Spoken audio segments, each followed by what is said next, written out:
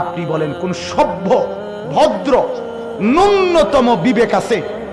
বিবেকের মধ্যে শয়তানে পেশাব করে নাই এমন সুস্থ, পাগল না, মাতাল না, এমন সুস্থ কোন মুসলমান যুবক মানুষ, পুরুষ, নারী যার ভিতরে মুসলমানের একটা জাররা আছে ঈমানের, সে এইটার দ্বারা এই 31 ডিসেম্বর 31st নাইট বর্ষবরণের নামে সম্পূর্ণ ওদের ওই দ্বিমুখী দেবতার যে উৎসর্গ করে এটার সাথে স্মরণ করে এটা উদযাপন করার কোন যুক্তি ন্যূনতম পাগলের আসেনি? কোন যুক্তি এটা বলে না?